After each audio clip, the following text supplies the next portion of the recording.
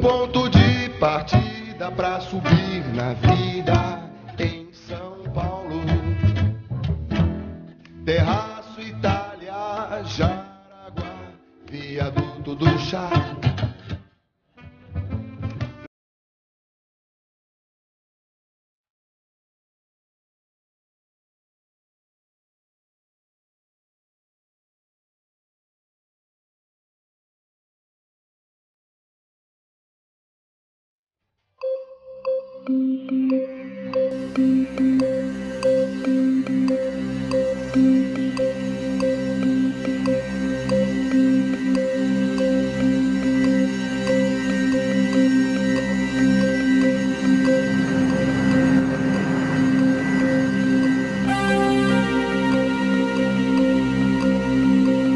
Quem nós somos? Que cidade é essa? Qual é o visual que nós queremos para a cidade? Qual é a qualidade de vida que nós queremos para a cidade? Isso está tudo muito perdido nesse caos. É o momento da gente convocar toda a sociedade, todas as pessoas, qualquer ser humano que está nessa cidade pode sair, não precisa ter nenhuma atividade mais específica, não precisa ser urbanista, pode ser dentista, pode ser uma dona de casa, pode ser um aposentado. É sair, vai na subprefeitura e pergunta como é que eu faço o que eu quero opinar. Apesar de todos os problemas que ela tem, problemas esses que também decorrem desse fluxo de pessoas que chegam a ela e que chegam em busca de oportunidades. Mas eu acho que a própria realidade de São Paulo, o próprio dinamismo, a capacidade que São Paulo tem de se renovar, permitirá que se caminhe por um planejamento mais moderno, mais adequado às necessidades da cidade. Não podemos nos contentar com a cidade decaída, deteriorada, né, degradada em que vivemos. É que quando eu cheguei...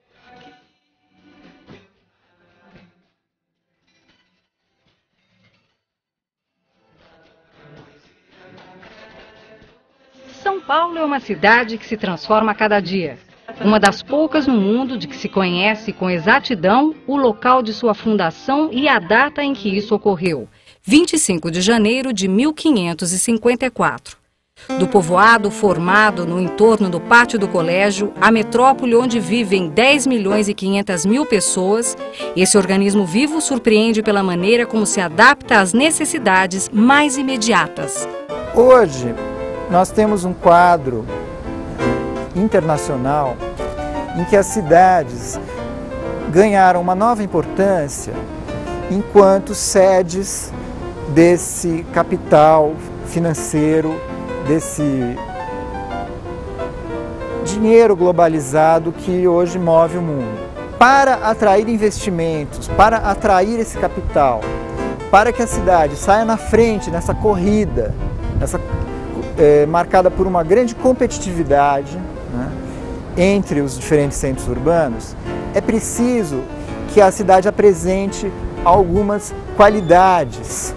Para esta cidade se manter viva, se tem que recuperar a sua memória para transmiti-las às futuras gerações. À primeira vista não existe nenhum arranha-céu, né? Na segunda existe um, que é o Martinelli, que surgia assim como um monstro no meio da paisagem.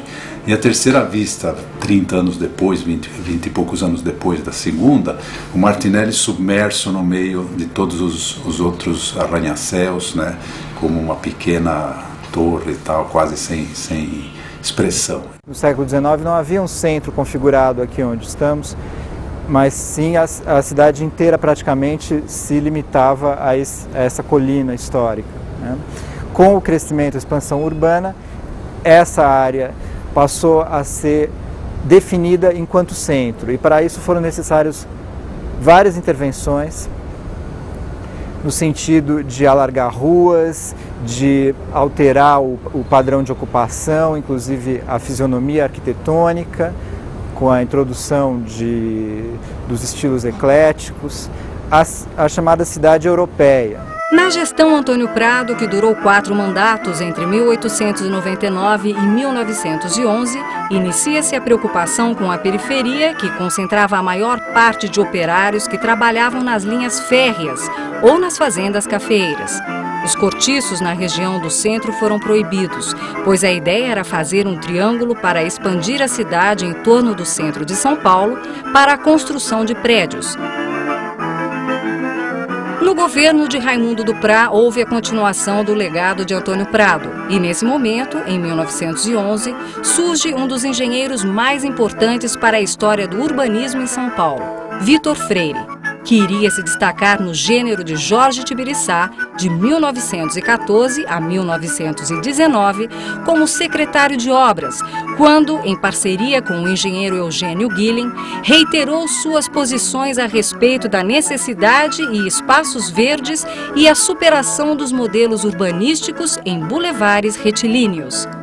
Portanto, toda a ocupação industrial e popular aconteceu à revelia de qualquer preocupação urbanística, sem planejamento e à margem, dessas políticas oficiais. Mas foi no período de 1926 a 1930 que uma nova geração de engenheiros municipais providenciou para que a cidade de São Paulo recebesse suas primeiras avenidas modernas, já propostas e projetadas nos anos anteriores. Nasce a Avenida São João.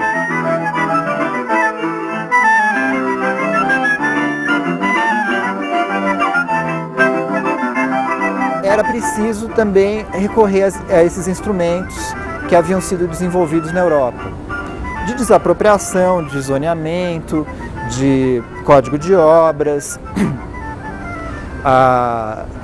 leis de parcelamento, de loteamento.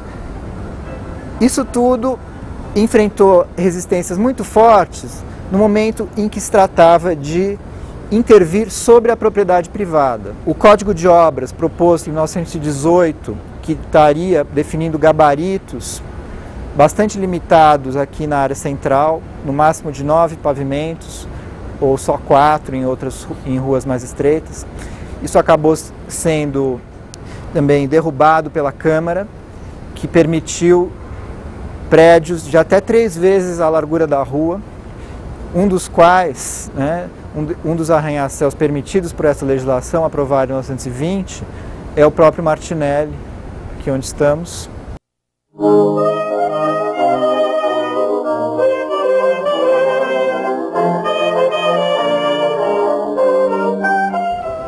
Ele aproveitou o alargamento da Avenida São João para 30 metros e subiu 90 metros. Isso rompeu completamente aquela volumetria europeia, contida, que estava se esboçando no começo do século XX.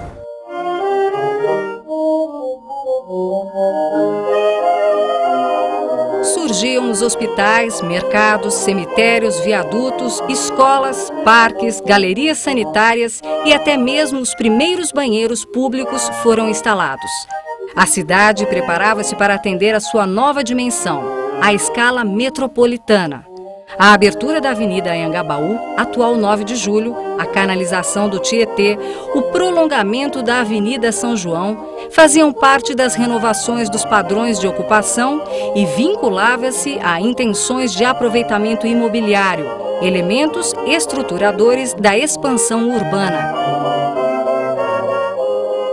Na administração Pires do Rio, de 1926 a 1930, as principais intervenções foram: continuação da Avenida São João, da Praça Júlio Mesquita à Praça dos Pirineus, atual Praça Marechal Deodoro, construção do Mercado Municipal, abertura da Praça do Correio, Clube Comercial, Edifício Martinelli, Edifício Mackenzie, a sede da Light e o projeto do Metrô da Luz. A Light, que era concessionária de energia elétrica e de transporte público por bondes, elaborou uma proposta de uma espécie de metrô, que seria um bonde melhorado, uma primeira rede de metrô com algumas linhas radiais convergindo aqui no triângulo. Nesse momento, o Prestes Maia fala uma frase extraordinária. Ele diz: São Paulo precisa estar dotada de uma estrutura viária forte, bonita, sólida, eficiente, que são as grandes avenidas, antes de ser dotada do metrô. Então era uma opção, ou se fazia o metrô, se consagrava aquele centro limitado, aquela cidade menor, uma cidade ainda muito semelhante àquela capital agroexportadora, né, de um centro terciário limitado e bairros residenciais horizontais. Ou então se abria a cidade à verticalização e ao automóvel, para o que foi preciso preterir o metrô. Esse período marca a abertura de uma estrutura perimetral da cidade, ou seja, a ideia de fazer um anel que contornasse por fora de São Paulo para facilitar o trânsito interno, com a implementação das grandes radiais ligando a Zona Leste ao centro, a função prevista para o atual rodoanel Mário Covas. Em 1930, São Paulo possuía 900 mil habitantes. O crescimento urbano e populacional já era uma questão central para os urbanistas. O plano de avenidas é o marco de uma nova etapa no padrão de intervenção urbanística em São Paulo. Ele foi publicado em 1930, elaborado no final dos anos 20, pelo Prestes Maia, que era um engenheiro civil e arquiteto, trabalhava na Secretaria Estadual de Obras Públicas e fez por encomenda do prefeito Pires do Rio. A cidade já estava se expandindo de maneira acelerada e esse padrão de intervenção anterior não dava conta. É a Praça do Patriarca, que foi uma intervenção muito cara, né? Ela foi aberta na segunda metade dos anos 20 e que deveria ter amenizado o problema do congestionamento, do trânsito no centro, e não serviu para nada. Para abrir a cidade, portanto, para o automóvel e para a verticalização e a expansão do centro, dos usos terciários, era preciso um novo padrão de intervenção, baseado nesse sistema de avenidas. Até a década de 60, o plano proposto por Prestes Maia foi executado na cidade. Ao projetar este conjunto de transformações, ele sustentou estar organizando uma metrópole moderna e racional, cujo destino seria o crescimento ilimitado.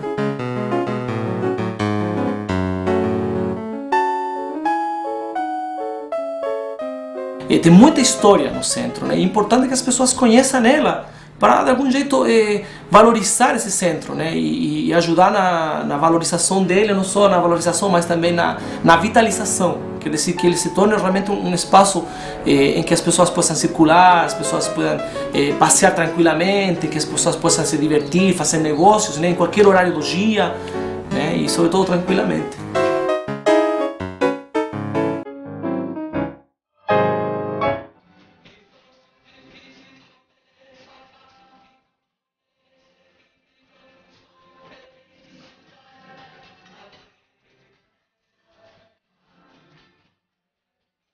As explicações tradicionais para o crescimento da cidade de São Paulo são, inicialmente, o fato de elas ter um sítio urbano privilegiado, que é um entrecruzamento de rotas comerciais. O início da cidade de São Paulo foi um entreposto, né, do comércio entre o Porto de Santos e o interior do estado. Então, as tropas de burro paravam aqui. Então, o primeiro início, né, das hospedarias e do pequeno comércio. E a gente vai perceber que, com o tempo, a cidade vai se reforçando nessa condição, porque ela tem um ponto estratégico entre o porto e o interior. A produção do café vai gerar todas as casas de venda e comercialização ligado ao Porto de Santos, as casas de importação. Então, quando chega a indústria, o capital todo comercial, o capital financeiro está aqui. Ela cresce sem infraestrutura, sem água, sem luz, mas cresce apoiada no meio de transporte, o bonde. E cresce apoiada na expansão do parque industrial, que sempre acompanha as estradas de ferro. Da vila de Piratininga à metrópole do século XXI, ocorreram grandes transformações entre os séculos, principalmente no que se refere aos grandes ciclos econômicos e à formação do perfil paulistano, um misto de influências dos bandeirantes, de estrangeiros e brasileiros vindos de outros lugares. Mas para o final do século XIX, Com o processo da seca, se tem um grande deslocamento populacional das regiões da seca para o Rio de Janeiro, para São Paulo, de um lado, e para o outro lado, para o Maranhão, Pará e Amazonas, né? Essa população que se desloca, ela não é identificada como um grande ciclo migratório. E de tal forma que desde 1890 há uma grande quantidade de trabalhadores nacionais livres acompanhando os trabalhadores livres imigrantes. Só a partir de 1890 o espaço explode. A cidade cresce, impulsionada pelo café, a estrada de ferro e da entrada da população estrangeira. A partir de 1900, ela cresce também em função de deslocamento da população nacional. De área periférica em relação ao poder central, São Paulo ganha importância estratégica. Para a população em geral, o período colonial é uma uniformidade que inclui os 300 anos de colônia e os quase 100 anos de império. Então, é um passado meio nebuloso, de figuras meio míticas, mas é um passado glorioso. Mas o fator predominante do crescimento e desenvolvimento de São Paulo foi o fenômeno do comércio que influenciou na dinâmica da cidade. A cidade de São Paulo, ela nasce a partir do comércio. O início da cidade de São Paulo é a travessia das tropas de burro que iam para o interior do estado e voltavam para o Porto de Santos. E todo esse início, então, tem a ver com atividade comercial. Logicamente que isso evolui depois com a plantação de café, a cultura de café, depois vem o setor industrial, que ele se instala aqui porque São Paulo tinha todo esse recurso, né, dos bancos, o comércio mais forte e o dinheiro, né, o capital proveniente do café. E hoje a gente vê a cidade como uma cidade terciária, tendo o comércio como uma das suas grandes forças. É interessante a gente estar aqui no mercado municipal, porque aqui mostra claramente qual é a relação e a importância do comércio para uma cidade. A gente tem a questão do atacado e do varejo ocorrendo ao mesmo tempo. A gente vê que esse mercado ele se preserva e se mantém através do tempo. Então aqui a gente tem um exemplo claro do que significa o comércio.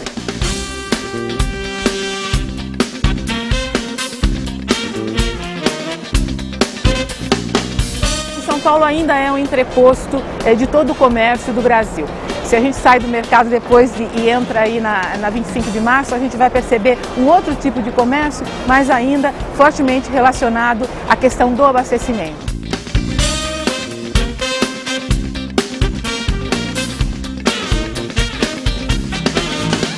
Você conhece a Santa Efigênia, né? Como ela tem todos aqueles produtos especializados em eletroeletrônicos. Então, se você precisar de algum aparelho muito específico, você sabe que lá você vai encontrar.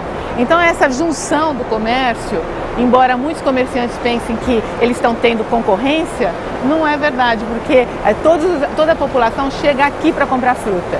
Aí se divide entre eles todos, aí o pessoal vai pelo preço, pela qualidade, mas é uma forma de você atrair o mercado.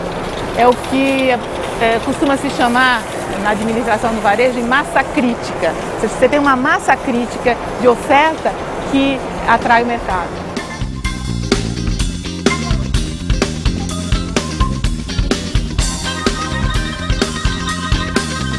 Agora, já que a gente está aqui em frente às grandes galerias, nós podemos falar o que é esse tipo de espaço voltado ao comércio, né? As galerias de uma maneira geral. As galerias, elas não funcionam como shopping center porque elas não têm uma propriedade única. Hoje já tem administração única, mas cada loja tem um dono. Isso em parte dificulta um pouco a administração da loja. Mas a gente tem visto, e o que a galeria é? A galeria é um espaço comercial, algumas delas com vários andares, como esta, mas nós temos outras na 24 de maio, Aliás, temos muitas em São Paulo, na Rua Augusta, na área da 25 de Março e na Paulista, em que você tem o comércio no primeiro piso, o segundo tem algumas lojas e depois é escritório ou residência.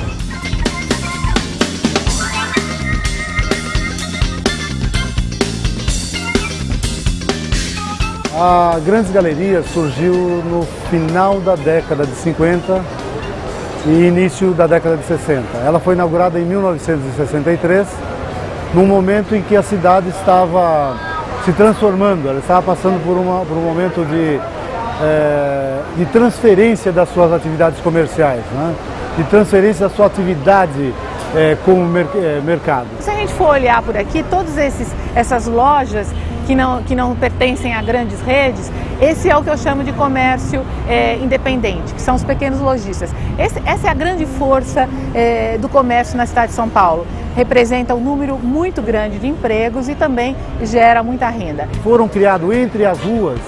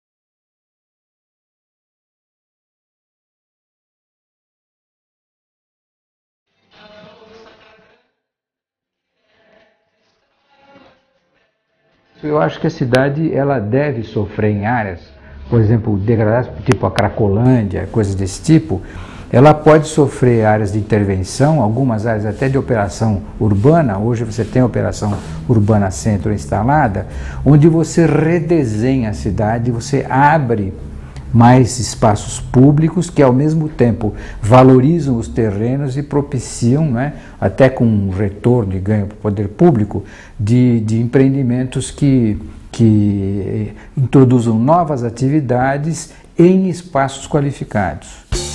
Crise e declínio. O centro de São Paulo. Abandonado pelos antigos moradores e por muitas empresas que lá estavam fixadas, quais os maiores causadores do problema que culminaram com a chamada decadência do centro? E há uma tendência crescente, né? Por exemplo, de você começar a revitalizar parte do patrimônio edificado que é reconhecido como patrimônio cultural, né?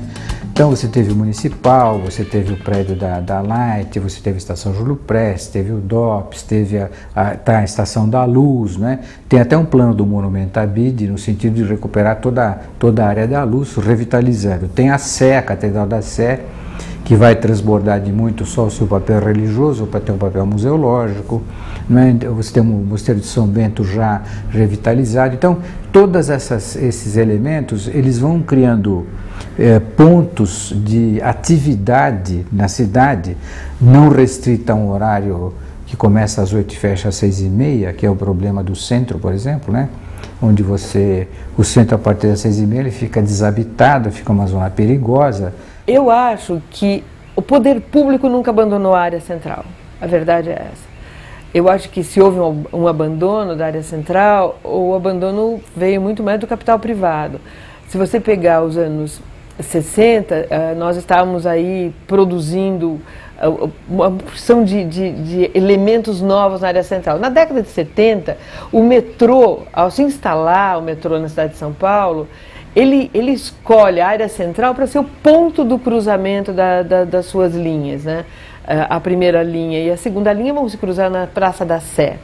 A inauguração do metrô, ela foi um tremendo investimento na área central.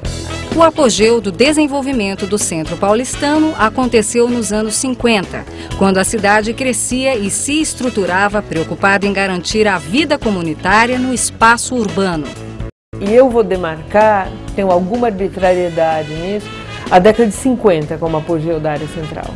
Por que a década de 50 é o apogeu da área central? Porque aqui estavam os grandes investimentos, né, do ponto de vista dos edifícios importantes da cidade, estavam todos funcionando de maneira plena. Então aqui estava a Biblioteca Mário de Andrade, que nasce com início, finalzinho dos anos 30, começo dos anos 40, estava o Teatro Municipal, a Catedral da Sé fica pronta nos anos 50.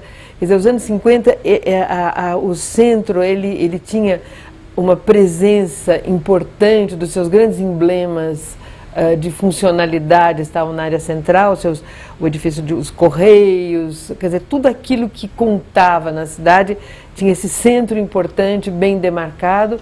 Nos anos 50, as obras de construção de grandes avenidas fecharam um circuito que abraçou o centro, entre elas a Avenida Ipiranga, a Avenida São Luís, viadutos Jacareí e Maria Paula, Praça João Mendes, Avenida Rangel Pestana, Rua da Figueira, Viaduto Mercúrio, Avenida Senador Queiroz. Sem dúvida, a década de 60 e 70 são fundamentais para a gente entender a maneira como o centro está organizado hoje. A circulação ampla da cidade, a circulação metropolitana, foi cruzando a área central e impactando a área central.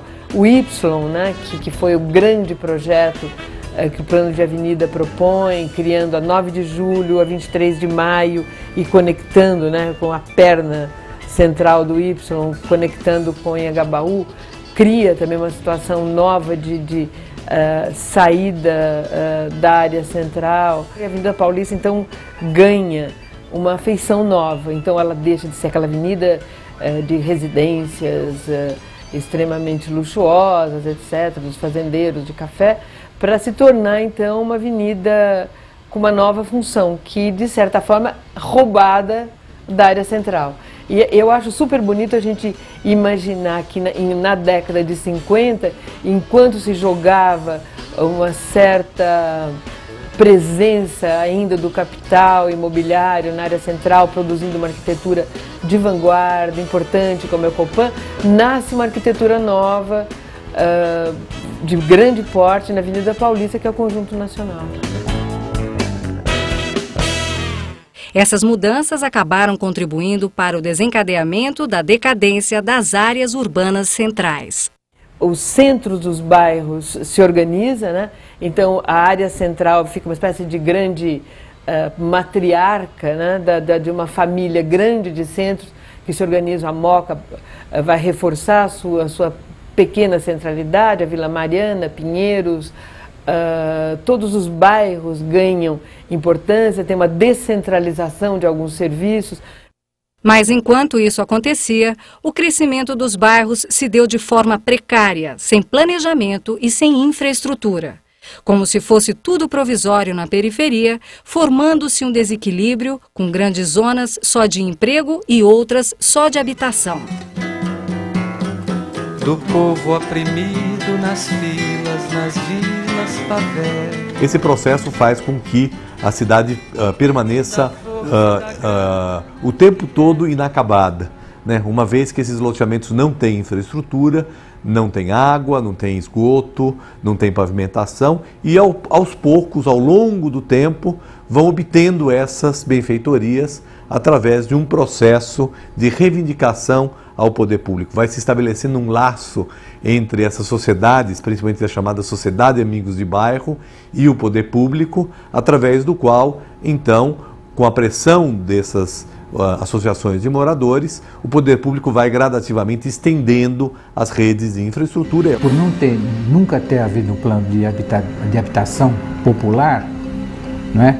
Você relegar as populações mais desfavorecidas à expulsão. Ela só consegue se instalar ou em cortiços, ou embaixo das pontes, ou então nas favelas, né, que ocupam nichos da cidade, no interior, digamos, do centro expandido, ou então na periferia, ou na Serra da Cantareira, ou então ao sul, em Guarapiranga. Esse processo tem que ser contido de qualquer maneira, porque a cidade vai começar a pagar um preço cada vez mais caro pela manutenção de um processo desse tipo. Que é bom que se diga que, embora continue existindo hoje, ele já encontra obstáculos sérios. Você tem uma desigualdade social muito grande, você nunca teve planos no sentido de desenvolvimento urbano, né? Para, por exemplo, alojar uma população que foi chamada a trabalhar e a construir São Paulo. Então você tem uma ocupação por favelas, uma expulsão para a periferia, né? Isso degrada a vida para esse contingente populacional e degrada a vida da cidade como um todo. Embora não estejam necessariamente em área de mananciais, os conjuntos habitacionais promovidos pelos órgãos públicos se implantam exatamente na periferia da cidade. Então, por exemplo, Cidade de Tiradentes é um exemplo, né, de uma área onde praticamente a grande maioria das unidades habitacionais foram produzidas pelo poder público, que estão a 35 quilômetros do centro da cidade, estão distantes de zonas polarizadoras de emprego, né, a ponto de, em Cidade de Tiradentes, nós termos 8 empregos para cada 100 moradores. A média da cidade de São Paulo é 46 empregos para cada 100 moradores. A sociedade brasileira, de um modo geral, ela não tem ideia do que seja a cidade ilegal, não é? Ou a dimensão dela. Se você fizer uma estimativa grosseira, você tem metade do Rio de Janeiro e metade da cidade de São Paulo, a população morando ilegalmente. Seja em favela, seja em loteamentos ilegais, seja em cortiços. Existem cerca de 1 milhão de pessoas morando em cortiços na cidade de São Paulo, de acordo com as pesquisas do Fórum de Cortiços. A construção de casas de alvenaria por conta própria diminuiu. No limite dessa realidade estão os moradores de rua. Em São Paulo, há por volta de 5.000 pessoas nesta situação. Da feia fumaça que sobe apagando as estrelas. Trânsito absolutamente caótico e inteiramente ingovernável, né? Ela tem que refluir para um modelo de transporte público. A expansão de São Paulo se deu ao longo dos trilhos do trem. E esses trilhos foram formando áreas suburbanas que gradualmente eram incorporadas à cidade, né? Áreas fabris, áreas de depósitos de exportação, mas que o trem ele tinha tanto a função de transportar mercadorias na longa distância, como ele também passou a ter a função de transportar passageiros nessas periferias suburbanas que se formavam. A partir dos anos 30, com o fechamento da economia, nós entramos num novo ciclo, que é o ciclo da industrialização. Industrialização feita com base na substituição de importações, nas reservas de mercado, na proteção à indústria nacional, no fechamento da economia.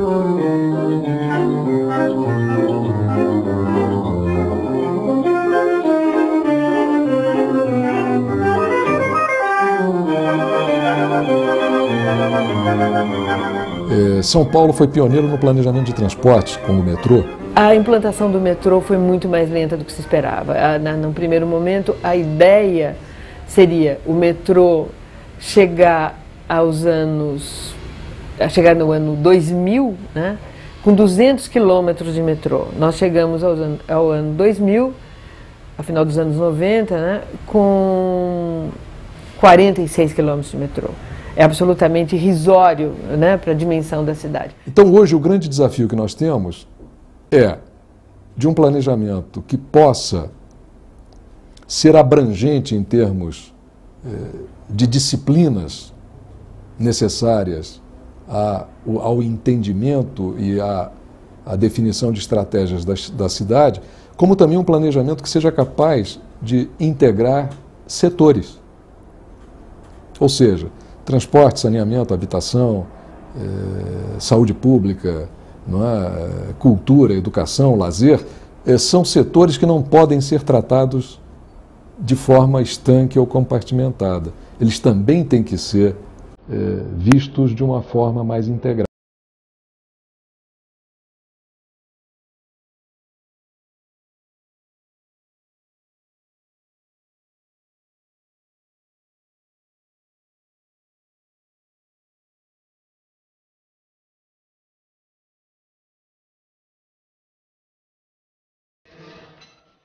Contradições sociais exacerbadas pelas edificações das cidades oficiais, representadas pelos polos de cultura, economia, eleitos pelo capital global, e das cidades clandestinas, ilegais, exemplificadas pela pobreza, pelas favelas e localidades às margens dos centros ou capital dos negócios. Cidade oficial versus cidade clandestina. Demorou muito para a sociedade admitir a existência dessa cidade oculta, essa cidade desconhecida, essa cidade sobre a qual nós não temos nem os dados completos, não é? Nem o IBGE mesmo. É rara a prefeitura que tem conhecimento bom sobre a cidade ilegal. A ineficiência dos planejamentos urbanos elaborados de forma centralizadora, atendendo aos interesses de grupos dominantes, tornaram-se muito evidentes. Um cartão postal mais do que sugestivo. Essa ocupação ilegal nos loteamentos, ela foi possível também porque o sistema de transporte ele evoluiu, ou involuiu, nós poderíamos dizer, não é? Do trilho, do transporte sobre trilho, que era o bonde, para o transporte sobre rodas, que era o ônibus. O ônibus permitiu à cidade se espraiar mais horizontalmente. O que nós temos é 1/4 da população de São Paulo morando em loteamentos ilegais e 1/5 morando em favelas. De acordo com o Estatuto da Cidade, os moradores de cada bairro têm o direito de participar da aprovação de projetos, privados ou públicos, em sua vizinhança, que podem afetar diretamente a sua qualidade de vida. Quem são os interlocutores na discussão de um plano diretor? É o mercado imobiliário, são os urbanistas, que aliás utilizam um jargão que o povo não entende, que é muito hermético, e são os moradores de zonas exclusivamente residenciais, que nós classificamos como Z1, não é? São zonas de alta qualidade de vida. Esses moradores, eles são efetivamente cidadãos, ou seja, eles têm consciência, conhecem a lei e se dirigem ao poder público, se dirigem à imprensa e são ouvidos, têm voz. O resto da cidade não tem voz, não é?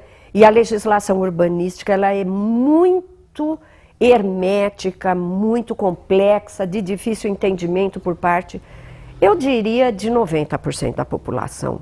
O problema de São Paulo já não é mais um problema dos gestores municipais, já não é mais um problema para ser imaginado pelos urbanistas e pelos arquitetos, como tradicionalmente a gente imaginava. É um problema meu, teu, de todos nós. É um problema do cidadão da cidade. Só que, lá no plano diretor, está previsto a analisar. Absolutamente. Olha, a coisa mais legal que o pessoal está aceitando. Eu não devia vetar, mas estou vetando que isso é... O Movimento Defenda São Paulo, ele é uma entidade, uma organização não governamental que agrega associações de bairro para que a gente possa juntos, né, como a gente tem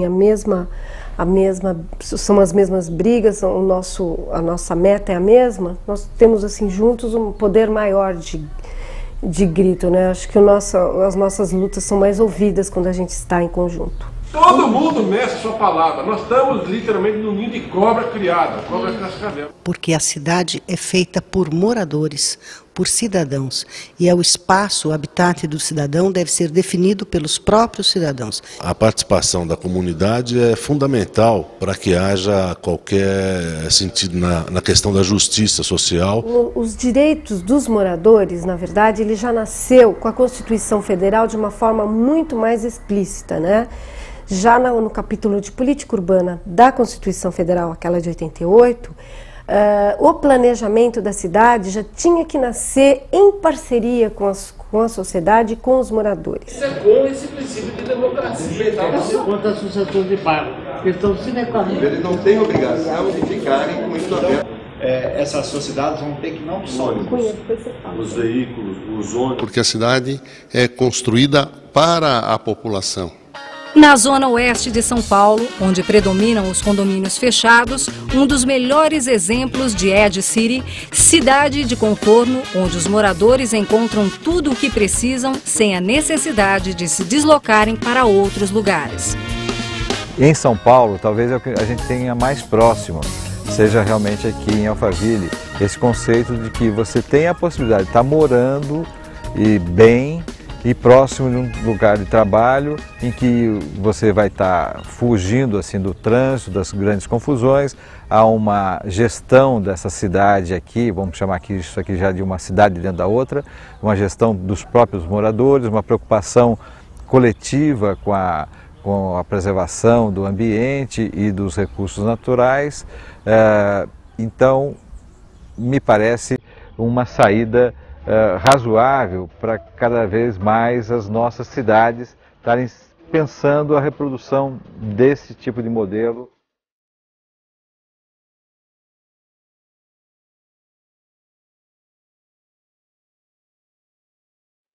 Me parece que a ética é um componente importante quando se discute a questão do planejamento urbano e não só os aspectos, digamos, espaciais, da divisão do terreno, os aspectos relacionados com a preservação do meio ambiente, que certamente tem que haver também, que é um componente forte de uma cidade autossustentável, do aspecto da localização do trabalho, que é outro aspecto fundamental dentro da cidade autossustentável, mas nada disso vai dar imã, vai colar, se não tiver a ética por detrás desse comportamento das pessoas, das organizações que estiverem gestando isso.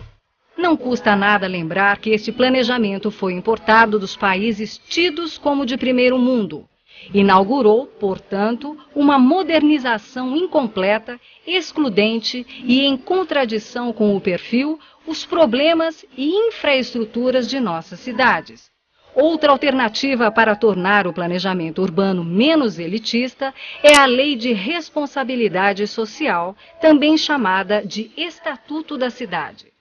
Nós, os moradores, nós temos que participar efetivamente de todo o processo de planejamento. Isso, como eu disse, já veio lá da lei orgânica, né, do nosso município, e agora mais do que nunca está sacramentado no Estatuto da Cidade. O Estatuto da Cidade é uma legislação aprovada pelo Congresso em 2001, depois de 12 anos que ficou dormitando nas mãos dos senadores e dos deputados para ser votado. Bem, mas finalmente o Estatuto está aí. O que é o Estatuto? Ele cria novos instrumentos legais para as prefeituras agirem com maior eficiência na resolução dos problemas urbanos. Mas também ele abre um espaço maior para a gestão democrática das cidades. Como, por exemplo, as pessoas se envolvendo cada vez mais na discussão dos problemas do seu bairro, na discussão de uma nova melhoria que queira ser introduzida no seu bairro, a construção de um estacionamento, de um shopping, qualquer coisa nova que se queira fazer na redondeza da sua casa, você poderá participar. Basta que você se informe. A gente não pode perder a chance de ser ouvido, desde que a gente vai exigir isso. E é isso que se espera do cidadão de São Paulo. Hoje, o povoado que se formou em 1554 pelas mãos do padre José de Anchieta é tão importante no cenário internacional como outras grandes cidades do mundo, graças à força de sua população, seu maior patrimônio. Esta é a São Paulo que encanta os que aqui chegam e ficam, e aqueles que apenas por ela passam levam consigo sinais de uma saudade infinita. Aqui tem de todas as influências, né? É possível encontrar de todas as culinárias. E essa diversidade realmente foi o que me encantou mais. E eu acabei ficando aqui, acabei me apaixonando pela cidade. Podemos agir e devemos agir para ampliar o espaço público, né? Para ampliar as áreas verdes, enfim, para qualificar a cidade. E apesar de todos os defeitos, eu me sinto muito bem aqui. Eu acho que é aquela coisa que não se explica, é amor mesmo, né? Quando você gosta de uma coisa, você gosta sem explicação.